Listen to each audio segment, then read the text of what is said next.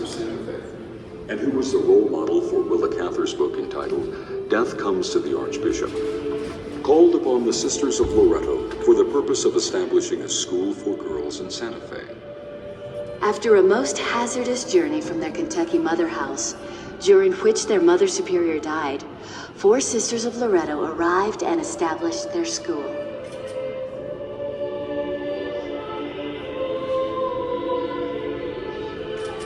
The Loretto Academy operated on this property from 1853 to 1968. This building was its chapel.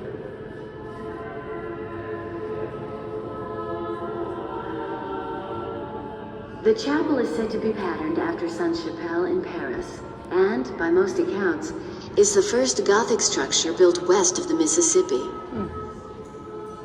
It was constructed between 1873 and 1878 by French and Italian architects and stonemasons who were brought to Santa Fe by Archbishop Lamy to assist in the building of the St. Francis Cathedral.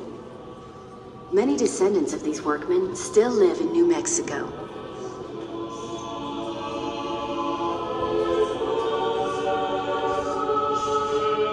The legend of the miraculous staircase had its beginning during the construction of the chapel.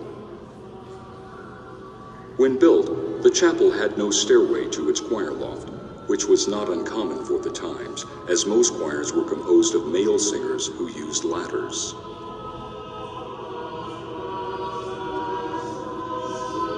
However, Loretto was a girls' school. Its teachers were nuns, and a stairway was needed. Unfortunately, due to the chapel's intimate size, a conventional stairway to the choir loft would require too much space to be taken from the seating area below.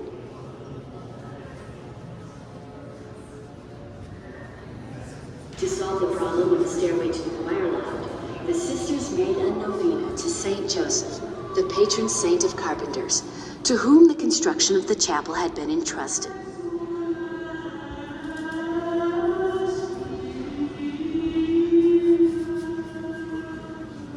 On the 9th and final day of the novena, in answer to the sisters' prayers, an unknown carpenter appeared and undertook the construction of the stairway.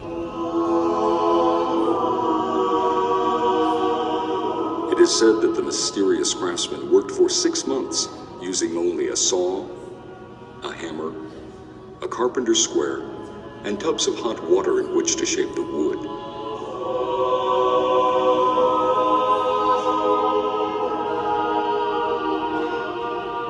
When the work was completed, the mysterious carpenter disappeared without having sought payment, nor having left any account owing for material.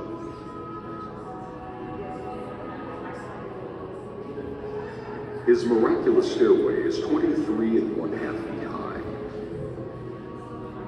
has 33 steps, and makes 2 complete 360-degree turns. It has no center support, nor is it held up from the sides. Only the perfection of its craftsmanship keeps it from collapse. Architects and engineers still marvel at its existence.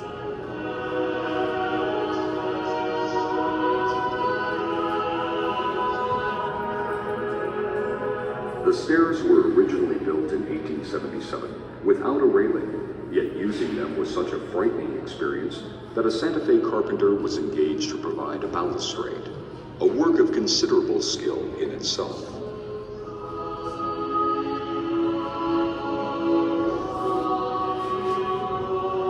The stairs were in daily use by the sisters and students for nearly 100 years. Today, they are restricted for preservation and for safety. The metal braces to the wall and column were added later to cut down on the negative effects due to vibrations caused by heavy traffic.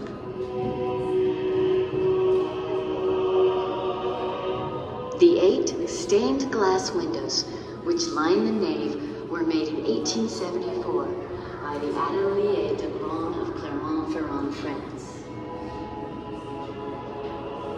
The windows in the sanctuary near the altar, depicting the 4 evangelists, St. Luke, St. John, St. Mark, and St. Matthew were made by Pawpaw Studios in Paris in 1876, as was the rear facade window over the front door and the elegant rose window of the choir loft. All of the windows are of the finest quality of handcrafted glass and are 19th century treasures. The altar is made of a wood and plaster composition and painted to look like marble. The stations of the cross are made of marble dust. Both the altar and the stations are from Italy.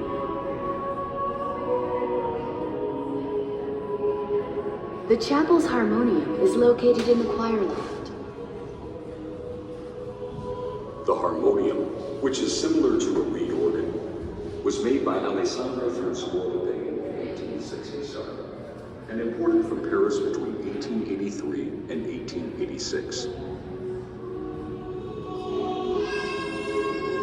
This rare instrument is owned by the Archdiocese and is here on loan through the offices of the Museum of New Mexico.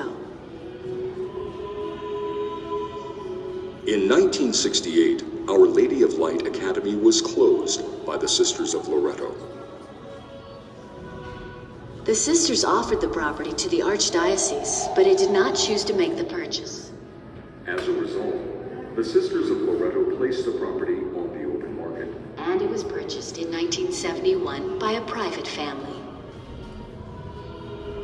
The new owners felt, and the sisters agreed, that the chapel was far too beautiful to demolish.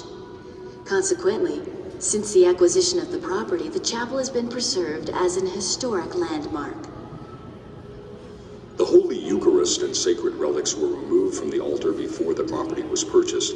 And the building now stands as a private museum. The chapel is rented out for needs in the community that are considered appropriate for the space, such as weddings, concerts, and worship services. The donation box by the exit is for the retirement fund of the Sisters of Loretto, and all contributions placed therein are sent to the Mother House.